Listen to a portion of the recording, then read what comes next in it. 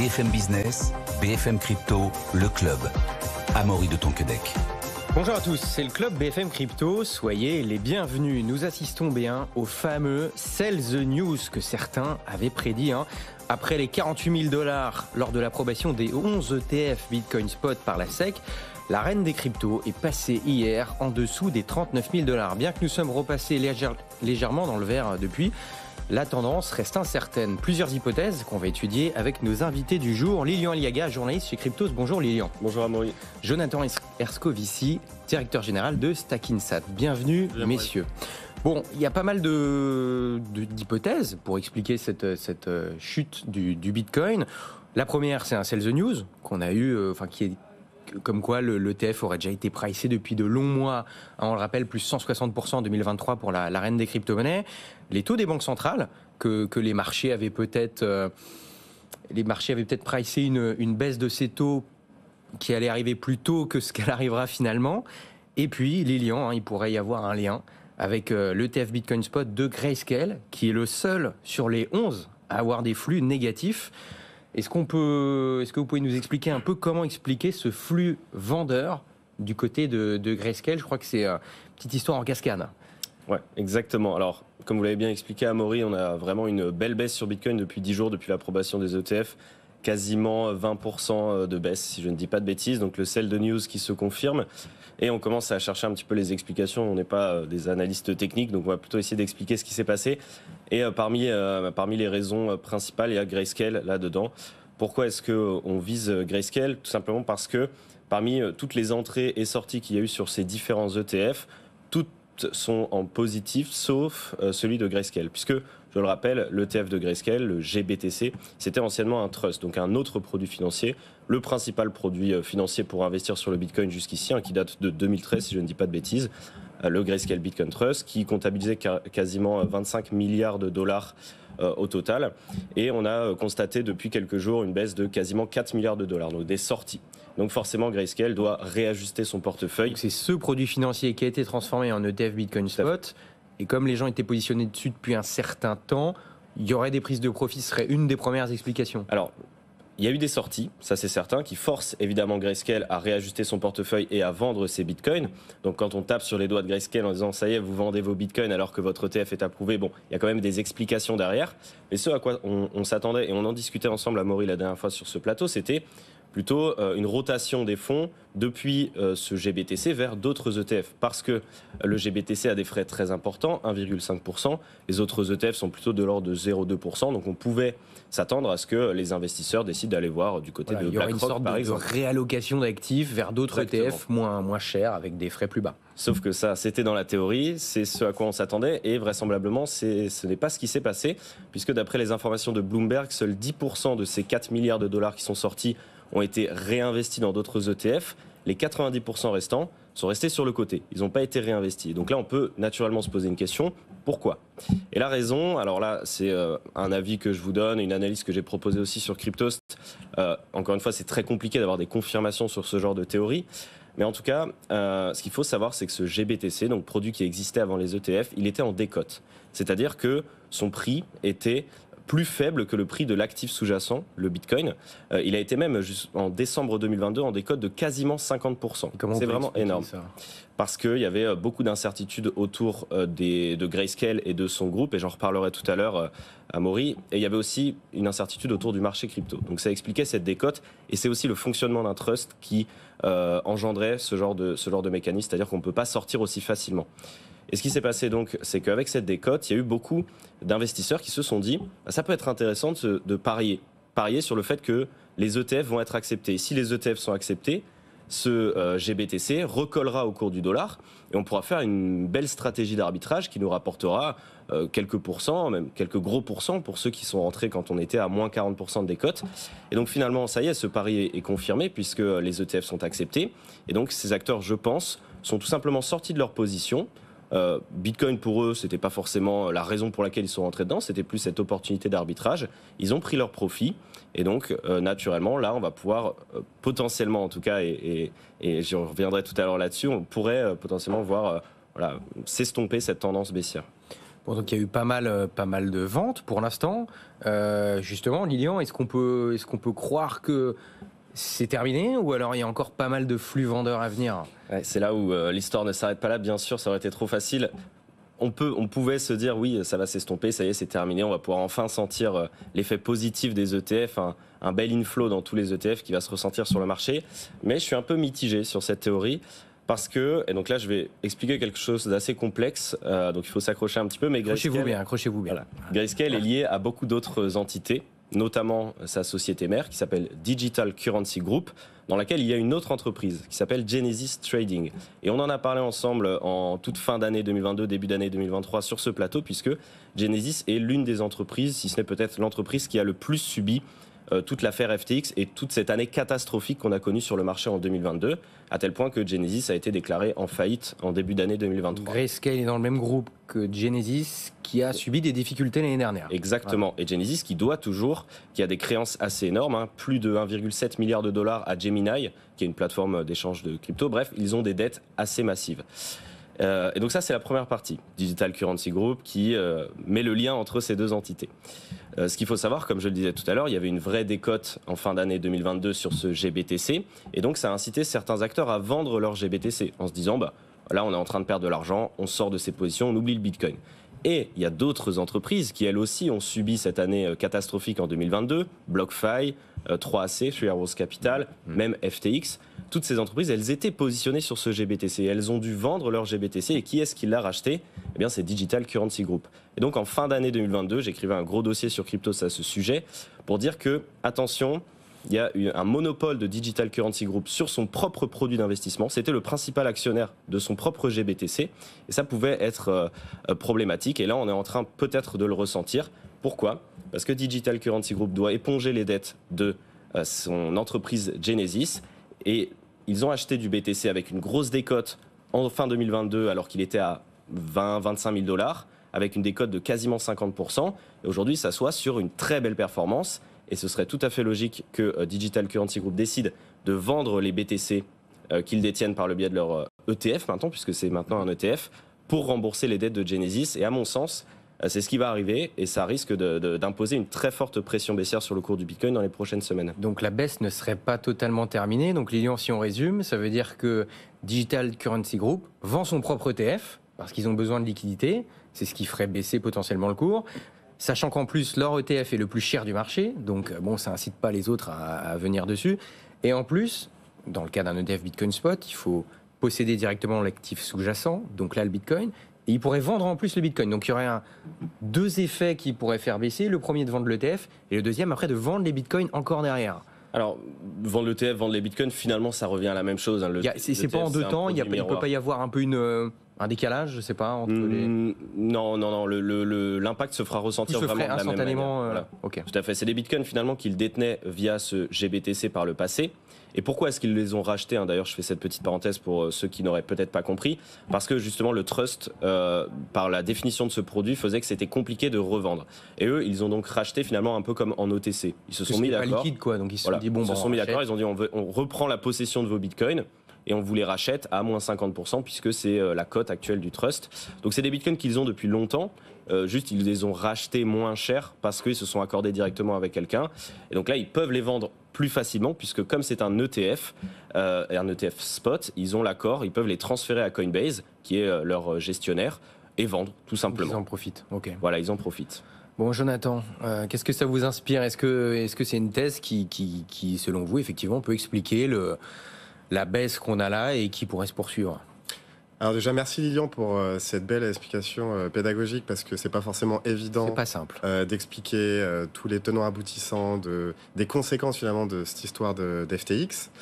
Alors moi déjà, en tant que bitcoiner, moi je pense que Bitcoin, encore une fois, c'est une révolution monétaire, une réserve de valeur et qu'il faut être positionné sur cette classe d'actifs à long terme. Donc pour moi, toutes les évolutions du prix à court terme, finalement, à titre personnel, m'importent peu. Après, je vais évidemment répondre à votre question. Encore une fois, je pense que la théorie de Lilian se tient. Je pense que Digital Currency Group doit éponger ses dettes pour notamment sauver sa filiale Genesis, qui a effectivement plus d'1,7 milliard de dettes. Donc à un moment donné, il faut bien que Digital Currency Group trouve de l'argent quelque part. Donc c'est pour ça que ça me paraît assez cohérent et plausible. Après, personne ne peut en être convaincu. Déjà, c'est très important de parler au conditionnel sur ces hypothèses. Pour répondre à votre question, Amaury, moi personnellement, je pense que il reste encore beaucoup de choses à voir en 2024. Alors évidemment, on a le halving qui va arriver, mais effectivement, ces arrivées de cash et ces sorties de cash sur Bitcoin vont faire bouger le prix, ça c'est sûr. Donc on peut s'attendre à beaucoup de volatilité. Après, de là à dire qu'on est rentré dans un bull run, ou est-ce qu'on est encore en bear market, etc. Franchement, même tous ces débats-là, moi, en fait, me dépassent un peu. Mais en tout cas, c'est clair que l'année 2024 sera mouvementée. Ça, c'est évident. Qu'on n'est pas à l'abri aussi d'un nouveau signe noir. Et qu'il faut, encore une fois, être très vigilant à court terme, mais dans une logique de réserve de valeur, de révolution monétaire. Bitcoin reste la classe d'actifs incontournable, il faut en avoir en portefeuille.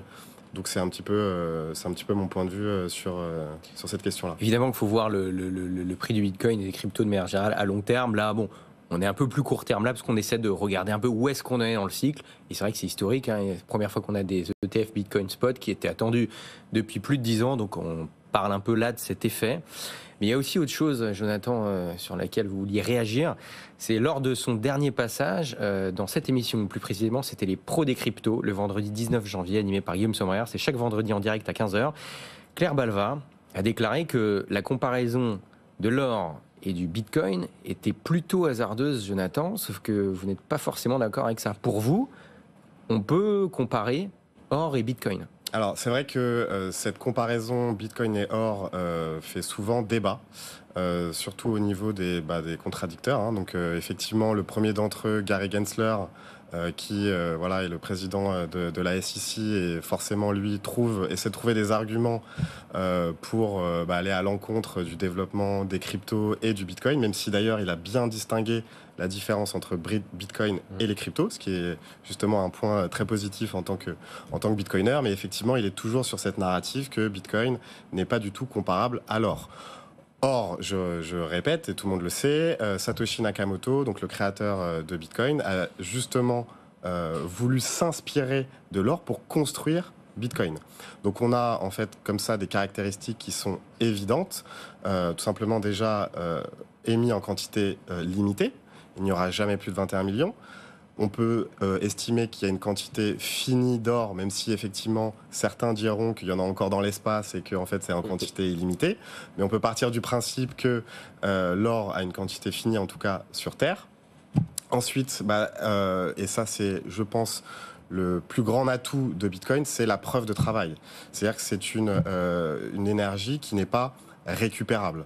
Et pareil pour l'or, donc c'est ce qu'on appelle le minage ou le mining. Donc en tout cas, la preuve de travail, je pense que c'est une similitude très importante entre l'or et le Bitcoin. Donc c'est évidemment aussi quelque chose qui est durable. Mais je vais reprendre aussi une citation d'Yves Chouefati que j'aime beaucoup. En fait, Bitcoin, c'est de l'or en mieux. Tout simplement parce qu'elles ont les caractéristiques identiques que je viens de décrire, mais il y a également aussi des caractéristiques que l'or n'a pas. Bitcoin, c'est divisible, c'est-à-dire qu'un Bitcoin égale 100 millions de Satoshi. Donc, je vous invite à diviser de l'or, à moins que vous y alliez au marteau, etc. Compliqué. C'est pas forcément... on a besoin de personne pour authentifier non plus. Voilà, donc Bitcoin, c'est vérifiable.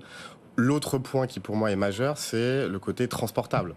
Aller transporter 10 tonnes de lingots d'or ou l'équivalent en Bitcoin qui peut valoir plusieurs dizaines de millions de dollars, Bitcoin, en fait, en un clic, quelque part, vous pouvez transférer de la valeur. Sur de l'or, c'est très compliqué. Et enfin, Bitcoin, c'est programmable. Évidemment, l'or n'est pas programmable. On l'a vu avec le boom des NFT sur Bitcoin, avec l'émergence des BRC20. Bref, tout ça pour dire que Bitcoin, c'est de l'or en mieux, qu'aujourd'hui, du coup, Bitcoin a encore un potentiel extraordinaire d'aller chercher justement son objectif ultime qui est d'être un étalon monétaire mondial, comme l'était l'or avant la fin des accords de Bretton Woods. Donc c'est peut-être ça où on peut être d'accord avec Gary Gensler. On n'en est clairement pas là, mais il faut investir dans Bitcoin, investir dans ce potentiel, dans le potentiel de devenir un jour un étalon monétaire mondial et pourquoi pas aller toucher le $1 million comme beaucoup l'espèrent. Toujours dans cette comparaison hors Bitcoin, il y a une méthode appelée le stock to flow. Donc c'est un ratio pour aider à valoriser certaines matières premières comme l'or. Est-ce qu'on peut utiliser cette méthode-là pour valoriser le prix du Bitcoin au même titre que le prix de l'or? Alors, bon, déjà, très rapidement, le stock to flow. Donc oui, rappelez ce que c'est. C'est une méthode qui est très connue, encore une fois, pour évaluer le prix d'une matière première, donc notamment de l'or. C'est tout simplement la capacité d'avoir un stock, la division, entre le stock actuel et justement la création de nouvelles unités tous les ans. Voilà, donc ça c'est le stock to flow, donc c'est tout simplement une division assez basique. Et effectivement, sur l'or, on voit que... et donc le but de ce ratio, c'est d'être le plus élevé possible. Et on voit que sur les 20 ou les 30 dernières années, finalement, le stock to flow de l'or est autour des 60. Et donc, pour vous donner quelques chiffres, par exemple, en 1973, on avait 90 000 tonnes de stock d'or, avec une création annuelle autour de 1500 tonnes par an, donc ce qui donnait un stock to flow autour de 60. Aujourd'hui, en 2023, on est à 200 000 tonnes d'or disponibles en stock, et une création annuelle d'environ 3000 tonnes. Donc on est encore sur des ordres de grandeur de 65-70 sur ce ratio de stock to flow. Après, évidemment, il y a des petits malins sur Internet, donc notamment quelqu'un qui s'appelle Plan B, qui a souhaité utiliser cette formule pour l'adapter sur Bitcoin. Parce qu'effectivement, on peut se dire que compte tenu de la proximité de l'or et du Bitcoin, on pourrait éventuellement les bitcoins déjà en circulation, plus ceux qui sont créés nouvellement. Donc effectivement, sachant qu'en plus cette méthode est extrêmement simple, et pareil, je vais revenir sur quelques chiffres, sachant que, encore une fois, il y a une quantité limitée de bitcoin à 21 millions. Par exemple, lors du dernier halving, donc c'est la création monétaire qui est divisée par 2 tous les 4 ans. Donc en 2020, on avait environ 18,5 millions de bitcoin en stock actuel, et on avait une création d'environ 350 000 bitcoins par an. Donc on était sur un ratio stock to flow autour de 60, donc assez proche de l'or. Après, si on continue sur cette logique de stock to flow, le prochain halving qui aura lieu du coup en avril 2024, donc on sera autour de 19,5-6 millions de bitcoin en circulation, en stock. Ouais. Et on aura une création donc divisée par 2 autour de 165. Donc déjà, ça veut dire que le ratio stock to flow va doubler. Et c'est là où on peut se dire, de manière assez logique, sachant qu'il y aura évidemment encore je ne sais pas combien de halving, mais on pourra aller à un stock to flow à 1000 ou 2000. Donc c'est là où ça n'a plus aucun sens. Donc pour moi, en fait, il faut quand même avoir quelques prudence sur l'utilisation de cette méthode pour évaluer le prix du Bitcoin, même si en tant que Bitcoiner, on a tous envie d'y croire, parce que lorsqu'on suit le modèle de Plan B, on a un Bitcoin à $1 million dans quelques années. Évidemment, on a tous envie d'y croire, mais il faut quand même se méfier de ce genre de méthode. Tout simplement pourquoi ? Parce que si tous les actifs qui avaient une offre décroissante se comportaient comme ça, et en fait le prix irait to the moon systématiquement. Donc ce serait évidemment trop beau pour être vrai, la réalité est différente. Et tout simplement, cet outil est vraiment purement mathématique. Il ne s'intéresse pas finalement aux comportements environnementaux. Et je dirais de manière assez basique, l'offre et la demande. Si demain Apple transforme 50% de sa trésorerie en Bitcoin, il n'y aura pas de ratio stock to flow pour évaluer ce comportement-là. Donc il faut quand même un élément parmi d'autres, évidemment. Vraiment se méfier. Après, il y a la question quand même du halving, où on revient sur est-ce que le halving, justement, contribue à l'augmentation systématique du prix tous les 4 ans. Donc effectivement, on voit, d'après les charts, d'après les graphiques, qu'il y a une corrélation réelle. En général, à chaque cycle, on a eu l'ATH de Bitcoin, donc le niveau le plus élevé, en moyenne est apparu 1 an après le halving. Chaque fois, ça s'est à peu près passé comme ça. Est-ce que vous pensez, encore une fois, bon là c'est un instant un peu boule de cristal, mais est-ce que vous pensez qu'il y a des chances que ça se reproduise, ce cycle-là ? Honnêtement, je pense que ça a marché auparavant, mais ça je pense que Lilian d'ailleurs a fait un papier sur le sujet, il va en parler juste après. Ça a marché jusqu'à présent. Et encore une fois, on peut aussi dire que c'est une pure coïncidence. En tout cas, je pense que ce phénomène va s'estomper dans les prochaines années. Et de manière assez basique, et ça d'ailleurs on a interviewé Nicolas Chéron qui est un analyste financier sur notre podcast mensuel le Rendez-vous des Stackers qu'on organise tous les mois sur Stackinsat, sur justement son analyse sur le prix. Et clairement on voit que ce qui pilote l'évolution du prix du Bitcoin, c'est les politiques des banques centrales, c'est l'évolution des taux d'intérêt. Honnêtement, le halving, c'est des épiphénomènes sur l'évolution du prix et c'est principalement le comportement des banques centrales qui va, pour moi, guider le prix du Bitcoin dans les prochaines années. C'est-à-dire que plus les banques centrales vont imprimer d'argent, alors mon raisonnement est un peu caricatural, mais globalement, c'est à peu près ça qu'il faut comprendre. Plus les banques centrales vont imprimer d'argent et plus, du coup, la masse monétaire globale va augmenter, plus Bitcoin devient compétitif parce que c'est un actif rare, 21 millions, etc. Et tous les arguments dont je parlais tout à l'heure. Lilian, vous aviez un avis là-dessus ? Moi, je rajouterais simplement que l'impact du halving aura tendance à diminuer naturellement à chaque fois. Évidemment, le premier, quand on sait qu'on a émis 10 millions de bitcoins sur les 4 premières années, qu'on divise par 2, oui, l'impact est énorme. C'est impossible de le mesurer et on peut comprendre que ça a un impact direct sur les cours, puisque c'est beaucoup plus difficile d'y accéder. Pareil pour le deuxième halving, de moins en moins, évidemment, au fil du temps. Là, pour le prochain halving, on est déjà à 19,5 millions de bitcoins en circulation. Au lieu d'en émettre 1,5 million environ, on va en émettre 750 000. La réduction est quand même beaucoup plus faible. Donc, c'est la raison pour laquelle je pense que le halving aura un impact factuel beaucoup plus faible. En revanche, ça reste, et Jonathan l'a bien expliqué, ça reste aussi quand même quelque chose qui est un peu dans la tête des gens. Amaury, tu le disais aussi, sur les précédents cycles, ça a systématiquement été plus ou moins corrélé avec la hausse du cours du Bitcoin sur les mois qui ont suivi. Ça reste un élément que les gens vont avoir en tête. Cette théorie autoréalisatrice fait que peut-être ça aura un impact, ça en aura certainement un, mais en tout cas factuellement il sera de moins en moins important au fil des années. C'est ça qui est intéressant, c'est qu'on dit que c'est de moins en moins important, c'est de moins en moins important, mais maintenant quand on prend un peu de recul et qu'on regarde les cycles, là je parle uniquement de graphiques, de prix, les cycles se ressemblent mine de rien. Les cycles se ressemblent mais avec une intensité beaucoup plus faible. Bitcoin sur les précédents cycles a fait des performances sur le précédent. Les variations sont moins grandes, voilà. Mais en tout cas les courbes se ressemblent quand même. Moi je pense après ça c'est un avis, encore une fois on n'a pas de boule de cristal comme vous le disiez, mais je pense personnellement que on aura certainement un cycle haussier qui arrivera si évidemment le pivot de la Fed a lieu comme on l'attend, qu'on n'a pas de vraie récession et qu'il y a beaucoup d'éléments macroéconomiques globaux qui sont dans notre sens. Oui, on aura un cycle haussier sur le marché crypto et oui, potentiellement en corrélation avec ce halving, on aura un Bitcoin qui ira chercher un nouvel ATH. En revanche, il ne fera pas une performance de x15, x10 comme on a pu le connaître dans les premiers cycles. Un Bitcoin, on en avait déjà parlé ensemble la dernière fois, aux alentours des 100-120 000 $. Ça reste une belle performance par rapport à son ATH, sans être non plus complètement ahurissant. Bon, on verra ça. Et en tout cas, si on suit les courbes, encore une fois, attention, les performances passées ne présagent pas des performances futures, mais si on suit les courbes et cette histoire d'ATH qui arrive un an après le halving, théoriquement, si on suit ça, il y aurait potentiellement un ATH vers le mois d'avril 2025. Mais encore une fois, attention, ceci n'est pas un conseil d'investissement, on n'en sait rien. Jonathan, est-ce que vous pouvez nous rappeler très rapidement ce que vous faites chez Stackinsat ? Et d'ailleurs, vous êtes en cours de levée de fonds qui se termine dans 6 jours. Donc si ça vous intéresse, il ne faut pas tarder. Jonathan ? Oui, alors Stackinsat, on a inventé le plan épargne Bitcoin. C'est une méthode d'investissement qui permet de lisser son point d'entrée sur Bitcoin, donc ce qu'on appelle la stratégie de dollar cost averaging. Le fameux DCA. Le fameux DCA. Donc vous investissez soit à la semaine ou au mois pour vous exposer à long terme sur cette révolution monétaire qu'est Bitcoin, en utilisant la caractéristique de réserve de valeur, de protection contre la perte du pouvoir d'achat des monnaies fiduciaires.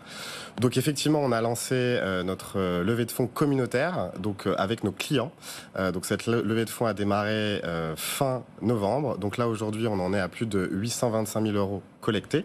Donc il reste évidemment 6 jours, comme vous le disiez à l'instant, pour y participer. Donc on vous attend évidemment très nombreux, sachant que évidemment nos futurs clients actionnaires seront nos ambassadeurs pour finalement faire la promotion du Bitcoin auprès de leur entourage. Et donc c'est pour ça qu'on a voulu intégrer finalement nos clients dans cette aventure, sachant qu'ils nous l'avaient demandé explicitement. Et donc 2024 va être une belle année d'investissement pour nous.